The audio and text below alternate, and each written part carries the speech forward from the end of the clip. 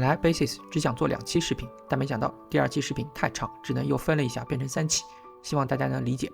這一部分下集是學校實地考察、第三方平台的評論分析，以及最後總結一下老吳關於 Basis 的選擇。今年1月10號的時候，老吳一家參加了 Basis Silicon Valley 分校的 Open House，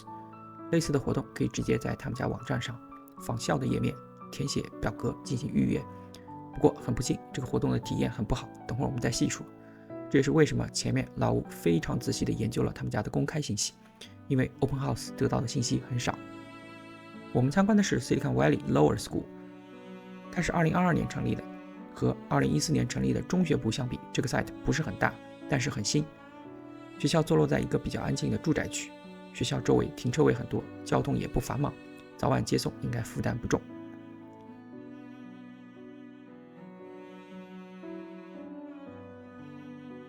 這個 Basis 標誌的兩邊是這個校區的2個正門，右邊是小學的入口，左邊是學前班的入口，實現了分流。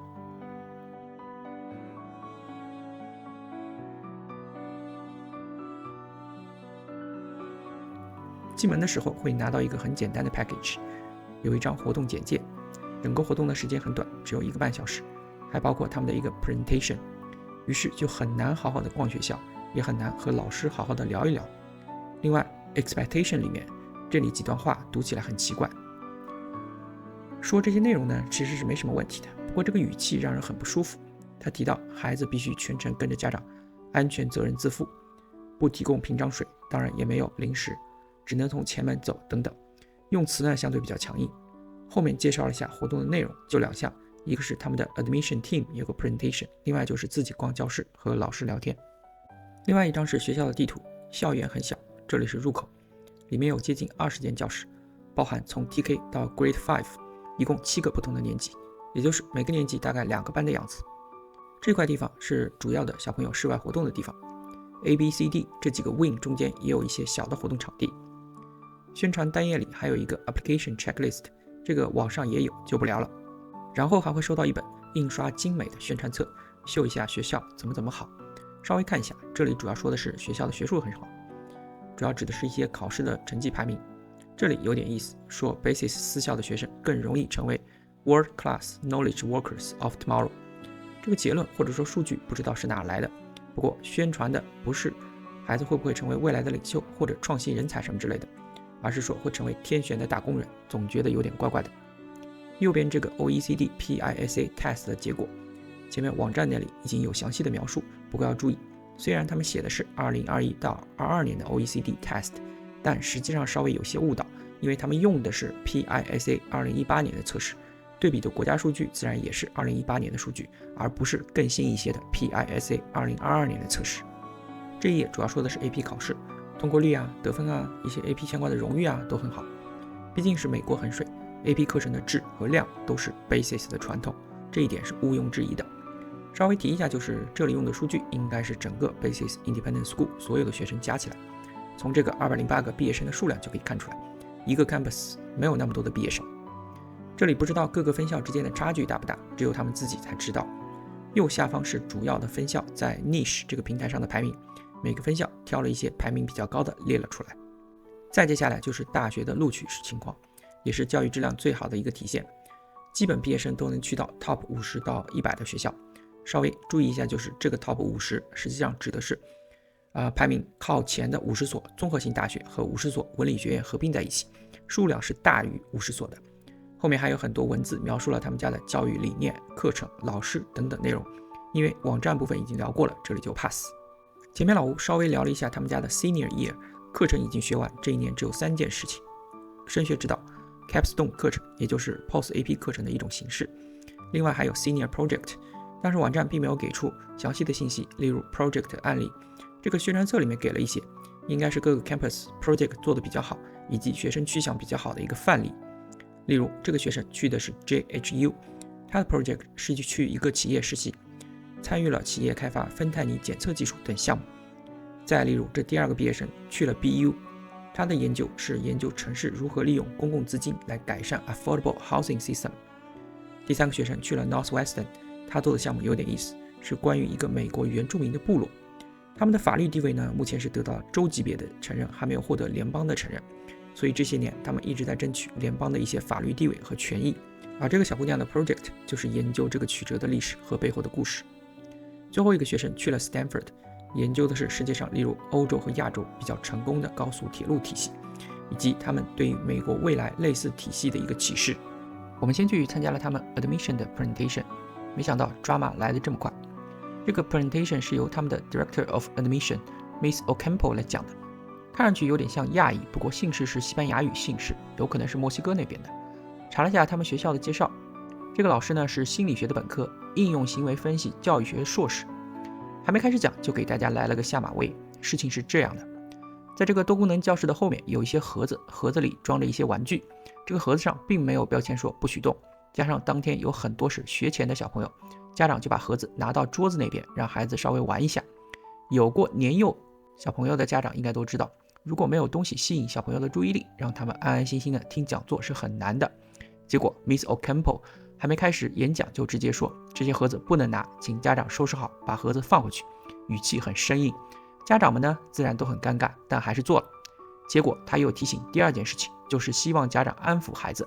presentation 期間保持安靜。當天去的孩子一大半都是小學前的孩子，一群神獸，你懂的。本來嘛有點玩具娃還能安靜一些，你讓把這些玩具拿走還要娃很安靜，你想啥呢？其實呢只要稍微有一點情商的人，如果發現有家長拿了這些盒子，你可以善意的提醒，在會議結束以後把它們放回去。實際上是沒有必要當時就立刻讓家長把它放回去的，因為這樣會讓大家都很尷尬，而且因為盒子上沒有標籤，家長上這麼做呢原則上也沒有什麼錯。總之來講呢是情商很不高的一種表現。說完這兩件事，他就開始正式的講座了，全程是沒有笑臉的，因為他是 admission 部門的，所以講的全是和申請相關的。老吳去過這麼多的 open house， 對於大部分私校來講，open house 是個很重要的事件，因此一般都會有校長級別的人在，會 high level 的介紹一下學校的情況、教育理念、課程、師資啥的，還會答疑，甚至陪你聊天。然而 Basis 完全沒有高級別的人和你介紹這些，稍微拍了一些內容，主要是涉及申請中間一些常見的疑問，而且網站上並沒有的那些信息。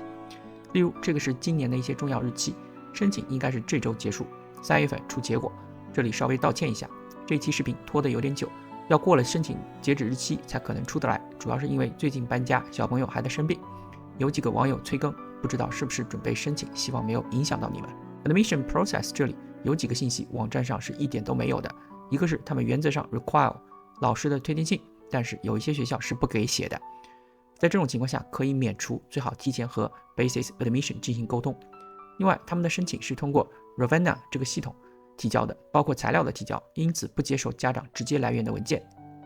這麼做呢，還有防止作偽的一個好處。這裡提到了 TK 和 K 年齡的要求，這個截止日期呢，很多學校都不太一樣，一定要提前和學校進行溝通和確定。另外也提到了，如果截止日期之前申請沒有完成怎麼辦？如果是 Early Admission， 那麼就會被移除；如果是 Regular Admission， 這個要看他們是否有位置，如果沒有也會被移除，如果還有可能會被考慮。另外，申請不會被順延到下一年，僅當年有效。最後一個問題，家長怎麼知道 Basis 有多少位置？簡單的說，你不會知道。一方面，這個數字是浮動的，因為上一年的學生未必會繼續在 Basis 讀；另一方面，他們也不會透露數字的信息給申請人。進到大門裡面，在 TK 和 K 教室以及 Admin Building 中間有一塊小的綠地，應該是小朋友和老師一起種一些植物的地方。再往裡走就是小學的教室。右手邊就是他們這個 campus 最大的一塊小朋友活動的場地，居然也掛了牌子不讓進，不知道是為了怕弄髒還是為了安全，蠻少見的。樓的中間還有一些小一點的綠地，都有雜草，比較安全。這個是 K 一個班的實際課表，對比了下網站上的案例課表，每個科目的時間高度一致。例如數學一天是1個小時，語言類的每天是105分鐘。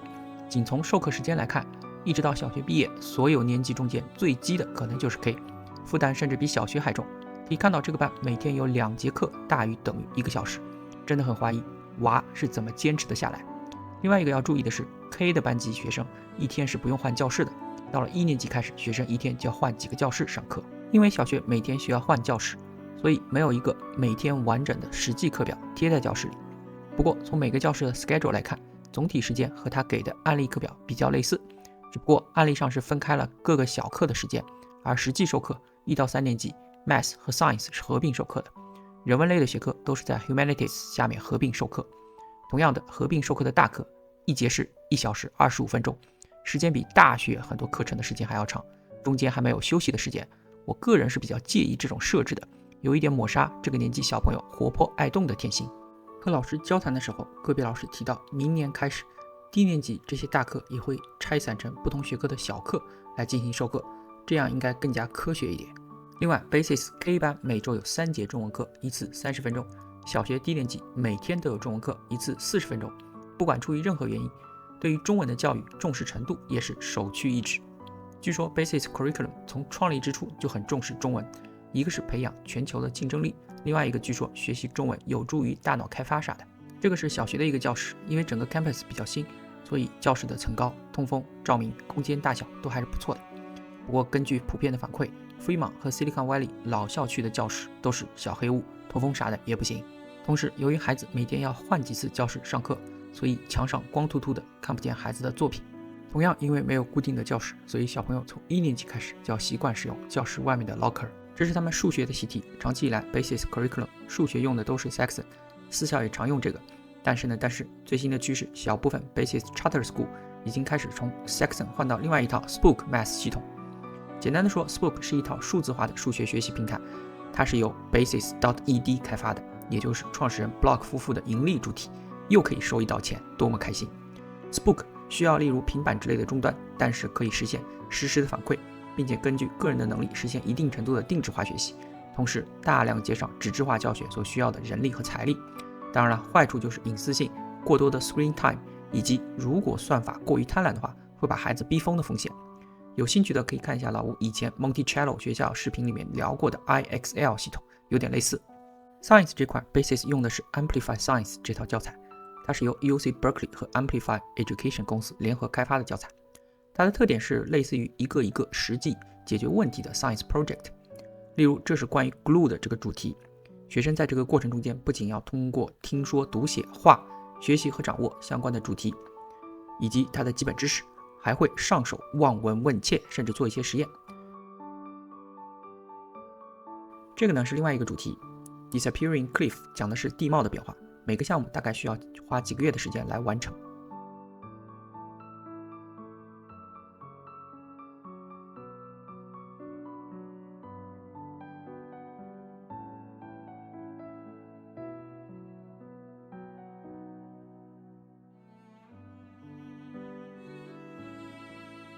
数學和科學的考試大概是每2周一次的樣子。英語這塊他們選用的是 Logic of English 的2本教材，一本是閱讀、拼寫、語法和詞彙混合，一本是書寫。這個和很多其他教材最大的不同是，他們強調邏輯和原理，將多門內容整合在一個課程體系裡面。書寫教學通過結合口頭提示、觸覺和視覺的提示，嘗試建立書寫的肌肉記憶。這些是他們低年級的閱讀教材，總體來說和私立學校都是差不多的，比公立學校要難一些。Spelling 的考試每周都有，而其他的語法之類的考試頻率要低一些。Basics 的作業是每天都有的，但是至少是对于低年级，根据他们一些家长的反馈，作業的壓力并不大，在学校或者是說回家稍微花一點時間就可以完成。他們中文教育的量在小學是比較大的，用的教材是暨南大學出版社出版的，和幾個中文老師稍微聊了一下，考慮到學校裡有國際學生，所以每個班的中文課是分2波上的，一個是中文教授針對有中文基礎的小朋友，一個是英文授課針對沒有基礎的小朋友。終於看到了一些小朋友的作品，主題是北京一日遊，當然不是實地旅遊，而是雲旅遊，主要是他們的一些寫作。實地去拜訪 Basics 最大的好處之一是，終於搞清楚了他們家 Extended Care 是咋回事。網站上相關的具體信息幾乎相當於沒有，差評。那 Basics 這個叫 Early and Late Bird， 最早從早上7點到下午6點。由於早上一般用這項服務的人比較少，我們只說一下 Late Bird 收費以及它的內容。如果小朋友下午有其他的活動，可以按次進行收費，每次的價格是$25，月付的話大概是400塊錢每個月。有很多的課後 club 選項，據老師說大部分都是外包的項目，所以他對於收費的情況不太清楚，會浮動。類別上看上去是比較全的，學習類的、語言類的、體育類的、leadership、財商類的、藝術類的都有很多的選項。雖說這些班不能完全 cover 放學到6點的時間，但是據說不用重複支付 late bird 的費用，只要客戶班的費用付掉就可以了。除了少量的班，大部分平均一節課我猜可能是在$30左右，最貴的一般也就50刀，那麼一個月的總費用就不會超過600刀。沒有對比就沒有傷害，還是要誇獎一句以前聊過的 Monticello， 即便是課後班，每門課的介紹、供應商、時間、價格都是清清楚楚，其他的私校都差好多，而 Basis 從這個透明度上來講，目前是墊底的。最後說一下這個 campus 和社區共享的運動場地，在校園的外面有標準的籃球場，操場很大，應該夠例如足球、棒球之類的運動。據說上課時間他們有優先的使用權，不過因為是共享，而且沒有圍欄的開放式，因此還是有潛在的安全風險。在這點上，所有的平價的私立學校，例如 Challenger、Stratford 也往往採用這種共享的模式。下一部分談錢不傷感情，我們來看一下 Basis 的收費情況，以及和其他家私校收費的對比。這裡以低年級，也就是 TK 到4年級為例，enroll的時候先需要支付$3000的押金，學費是36380刀。先說好消息，他們家是沒有校服的，一年可以省幾百塊。再說壞消息，如果你是新生且選擇 Plan C， 也就是按月支付的方案，額外是有3000多塊錢的隱藏收費，也就是接近學費總量的10%，稍微有一點黑。這裡面最貴的一項叫做 Tuition Refund Plan， 或者說是學費退還保險，主要是怕你年終各種原因突然退學，特別是如果是按月支付學費，會造成學校的壞賬，因此很多私校都要求購買。但是呢，一般的收費最高也就是4%，一般是1%到4%之間，也就是說 Basis 的要求幾乎是頂格的費率。由于老吳去年研究了不少私校，花了不少心血做視頻，因此今天我們可以系統的看一下一般私立學校的收費情況。如果您是屬於不差錢的主，那麼這部分可以不用看了。如果你關注性價比，那麼我們就繼續。這裡一共列出了6所北加的私立學校，中間的4所屬於連鎖的私立，按照他們的收費情況，也就是學費加上 Extended Care 的總和，這裡用不同的顏色標注了他們收費的一個高低。由於部分學校沒有高中，所以並沒有列出高中的費用。收費從低到高可以分為4個檔次，分別為第一檔極具性價比的學校，代表的是 Monticello； 第二檔平價連鎖，代表的是 Stratford 和 Challenger， 也就是這裡所有學校中間分校比較多的一檔。第三檔屬於頂私的平替，包括 Basis 和 Corelane 兩家，這兩家 STEM 的排名非常高，不輸於甚至高於部分的頂私。第四檔屬於頂私，目前研究過的只有 Harker， 有機會再補充。雖然對於頂私並沒有嚴格的定義，但是其中的一個特點就是學費，特別是高中一般是在6萬甚至更高，以及有 Legacy 之類的，希望大家別噴我。每個相鄰的檔次學費差是20%到30%，而第一檔和第四檔差的是50%出頭，希望大家可以根據自己家庭收入的情況、地理的位置量力而為。即便屬於同一個檔次，不同的學校、不同的年級，學費還是有差的。中間2個檔次都有2個備選項，我把便宜的一家標記成了綠色，貴的一家標記成了紅色。例如 Stratford 和 Challenger 相比，1至到1年級之前 Stratford 比較便宜，而1到8年級 Challenger 比較有性價比。如果比較 Basis 和 Corelane， 雖然系統性的 Basis 比 Q 加要貴，但是從 K 開始2家的收費其實非常的接近。未來如果調研更多的學校，會繼續補充，把信息分享給大家。最後一個部分，第三方平台的評論，老規矩，老吳還是會集中在1星和2星的一些差評，看看有哪些反覆出現的負面的東西，給大家提個醒。首先來張匯總表，我把所有 Basis 的分校匯總到了一起，除了 Dublin 的分校，其他校区都是從 K 到12年級，有的甚至更早。个別地區的分校，例如 Silicon Valley 成立時間有2個，前面一個時間往往是高年級，較新的時間往往是低年級，因為 Basis 很多時候是先建中學再建小學，前面提過。從人數上看 Silicon Valley 分校的人數最多，超過1200人，還有3個分校 Fremont、Brooklyn 以及 Virginia 的分校人數超過600人，也比較多。從师生比來說，很遺憾，加州的2所分校師生比最差，紐約地區師生比最好。評分我依舊看的是3個平台 GS 平台、Niche 平台以及 Yelp。拋開華盛頓州2所以及即將開放的 Dublin 1所，由於比較新，部分平台的評分不全甚至沒有，其他分校3個平台都有一定的評論量。總體來說，平均分帶3點大幾的水平，這個對於有一定歷史的學校來說是比較正常的，也沒有例如 Stratford 那種評論大概率被公關的一個現象。如果有被公關的話呢，就會導致部分平台的分數過高，例如5分。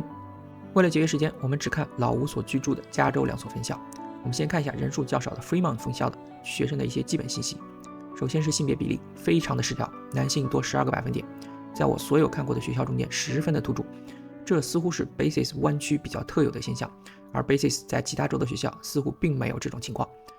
不太確定是否是因為灣區由於亞洲移民過多，有潛在的重男輕女的現象，亞洲學生占比 91.1%， 一騎絕塵。從逆時平台系統給這所學校各項評分來看，是非常偏學術的，而忽視其他的所有，例如 Clubs and Activities Sports， 很有美国的衡水范。逆时平台上均分 3.8 分還湊合，這裡面差評提到的點高度一致。首先老師都是 overworked， 但是 underpaid， 這還是第一次看到這麼多家長和學生比較一致的替老師叫屈。少量提到有部分老師比较差，管理层各种差。我前面研究了 Silicon Valley 分校的管理層的背景，似乎管理的經驗偏少，比較年輕，估計 Fremont 分校也有類似的情況。Diversity 非常差，幾乎都是亞洲人，可不差嗎？ Culture 比较差，主要是学校只關注成績和盈利，還有人提到 campus 太小 traffic 比較差。關於學校管理的模式，有人提到了校內管理層做不了主，應該是自上而下的集团化決策模式。另外有不公平，學費不管你是被踢了還是因為疫情，怎麼都得付。最後還有人提到網站上很多高大上的東西都是 oversold。 GS 平台上均分也是 3.8 分，評論數量稍微少一些，同樣提到了老師 underpaid 的問題。我真的很好奇他們究竟配多少，導致這麼多家長和學生幫老師叫屈。也提到了部分老師比較差，還舉了個例子，有個中学物理老師上課就讓學生看 YouTube 自學，這個有點誇張。提到了管理層的問題，也提到了 culture 比較差，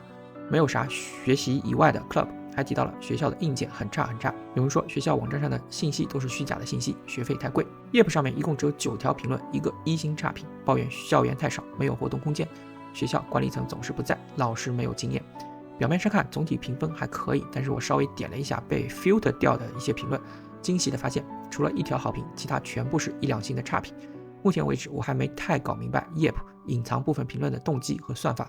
如果都算的話，平均分自然是要低很多的。我們再看一下 Basis 分校中间人數最多的 Silicon Valley 分校，這是學生的一些基本信息。首先是性別比例，依舊非常失調，男性多了8個百分點，在我所有看過的學校中間也算是比較突出的。這是灣區的特產嗎？關於學生的 diversity， 逆勢上這個後台的數據似乎有些問題，絕大多數都歸類到了 unknown 裡面去了。這個學校也應該是大部分都是亞洲的學生。硅谷分校在逆勢上評論很多，平均分4分，略好於 Fremont 分校。他同樣提到了一些共同的問題，首先是學校的地理位置和硬件，學校的硬件比較差，在鐵路旁邊，周圍有很多的 homeless。有幾個學生提到了學校的作業比較多，其中有一個提到了比較具體的，中學1周是5到7個小時。老吳個人覺得還是可以接受的，畢竟咱也是应試教育培養出来的人。不過不排除個別的學生做得比較慢，時間顯著的更長。學校没有啥體育和課外活動，時間全都擠考試分數去了唄。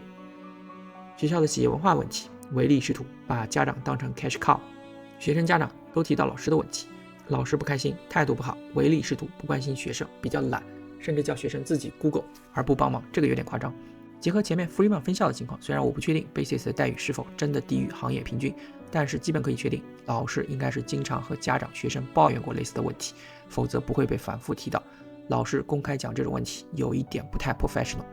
有家長和學生都提到，這裡面很多高分的學生，而如果在 Basis 學習成績一般的話，反而對申請很不利，因為 Basis 之類的私立學校，學生是經過嚴格篩選的，學術水平本來就應該高於所有學生的平均水平，可以想見存在大學面試官对於此類學校畢業生更加苛刻要求的可能性。有家長提到學校對待孩子的弱點處理很差，甚至毀滅性的。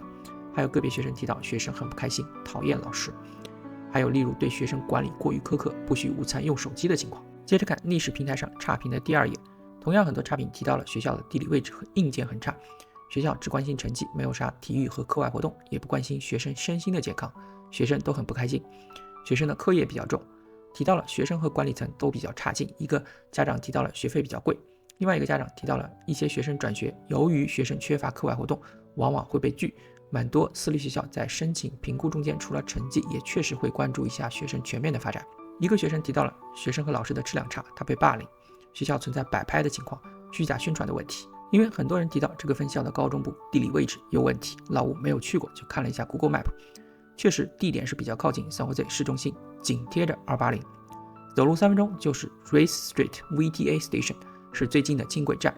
還靠近 San Jose Diridon Station， 距離學校大概1個 mile 左右，是很多列車的匯聚點。學生和家長抱怨的鐵路等噪音污染問題，以及有很多 homeless 的情況應該是屬實的。GS 平台上的評論少一些，不過評分更差，比較集中的問題，例如學校的硬件設施比較差，學校的管理層素質差，不聽家长的反馈，甚至有人提到了管理层惩罰和霸凌學生的問題，老師質量的問題，缺乏經驗和熱情，流轉率太高，好老師都去了哈克啊，这個有點意思。太多的作業，而且偏科，過於側重歷史，學校不關心孩子身心的健康，學生討厭學校，缺乏體育等課外活動。有幾個家長提到了學校的 STEM 教育質量不行，可能部分是由於偏科歷史的問題。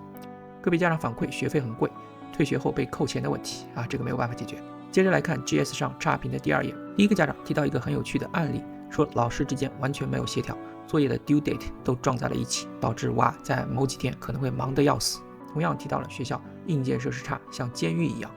管理層和老師的質量問題，老師流轉率高，還教得不好，學生得靠自己以及額外的家教。也提到了太多的作業，而且偏科，過於側重歷史，必須要 take 4門歷史課的 AP 毫無意義。甚至有家長形容 Basis 為 AP Test Factory， 所以前面老吳講解課程的時候也提到這個問題，他們側重歷史大概率只是為了刷歷史成績而已。也提到了學校不關心孩子的身心健康，學生討厭學校，缺乏體育等課外活动。由於學生壓力過大，導致一些比較壞的孩子的個性，例如偷竊、說髒話。還有一個家長提到一個很有趣的現象，就是這個學校把很多的好老師都轉移到管理層去了，導致了學校教師的質量比較差。一般來說，教書育人和管理學校其實是不同的 skill set， 人員也不是重疊的。再看一下 YEP， 均分 2.9 分就更差了。繼續提到了學校設施很差，像監獄一樣，學校的企業文化不行，唯利是圖，只關心成績，不關心孩子的身心健康，沒有體育活動之類的。孩子在高壓之下說很多的髒話和極端的語言。還有2個家長提到申請過程中間遇到的問題，一個是因為前任 Director of Admission 離職，導致了自己的孩子的申請從來沒有被處理，接任者應該就是前面提到的 Miss Ocampo，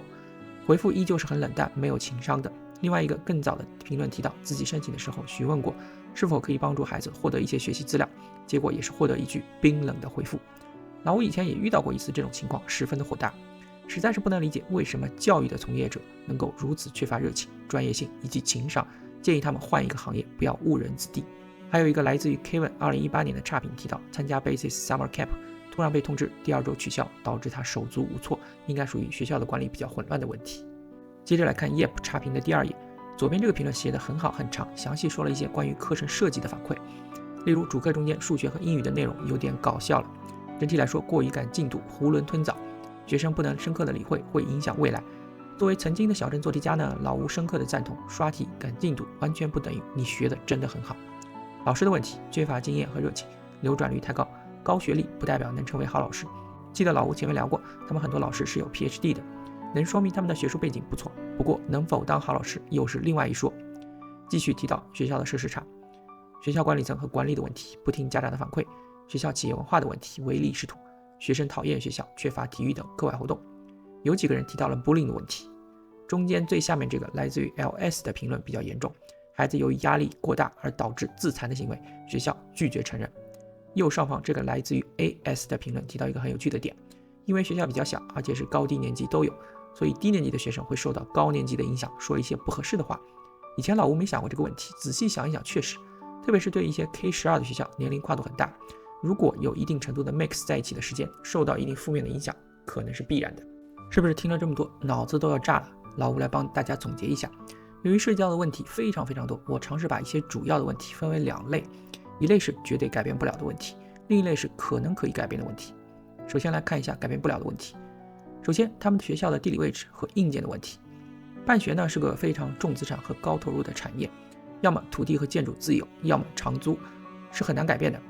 即便是 Basis 最近把 Silicon Valley Upper School 那塊地給賣了，也是要簽長約給租回来，所以環境污染、小黑屋之類的問題是無解的。第二，課程設計的問題，過於激學術，忽略其他，作業比較多，孩子壓力比較大，這是一系列的問題。這個屬於一大類上下游關係。目前 Basis 所有的學校還是共享創始人 Blocks 夫婦創造的 Basis Curriculum 體系。我上期聊過，他們最早創立這個體系的初衷就是為了學習新加坡、東歐之類的教育強國，在美國積學術。而作為受讓方的 SEG 法律上不可以，他估計也沒有能力去大改這個課程體系設計。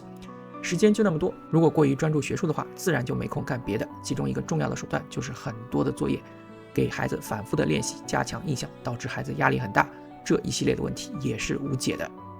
學費的問題，私營企業都是要牟利的，目前的供需關係還是 Basis 更強，家長弱勢，你只能忍，祈禱它別漲價太快。學校企業文化的問題， Basis 本身創立就是為了積學術，加上來自東方小鎮做題家的管理層，文化也沒得改。Diversity 的問題，這個是灣區特有的一個無解的問題，來自亞洲的小鎮做題家們技術移民到這裡，例如 Fremont 和一些南灣的地方，這個人口比例是改不了的，只要硅谷還在這裡。於是這些不管是公立還是私立的學校都沒有辦法躲開這個問題。第二大類能改變的問題，我只能說可能改变，畢竟要看金主爸爸的臉色。首先是管理層的問題，坦白講，當好的教育工作者和當好的學校領導是兩種不同的技能。稍微瀏覽了一下硅谷分校管理層的履歷，以及看了一下家长的反馈，這幾所 Basis 更傾向於從內部教師隊伍提拔管理層，這個思路不一定對。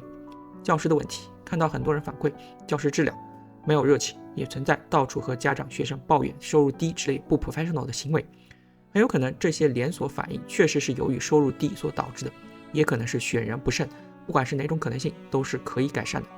bullying 的問題，這裡有兩種的 bullying，一種是教職人員的質量以及收入問題所導致的沒有熱情，對孩子不好，另外一種是學生之間由於壓力導致一些畸形的關係，這些也是可以調整的。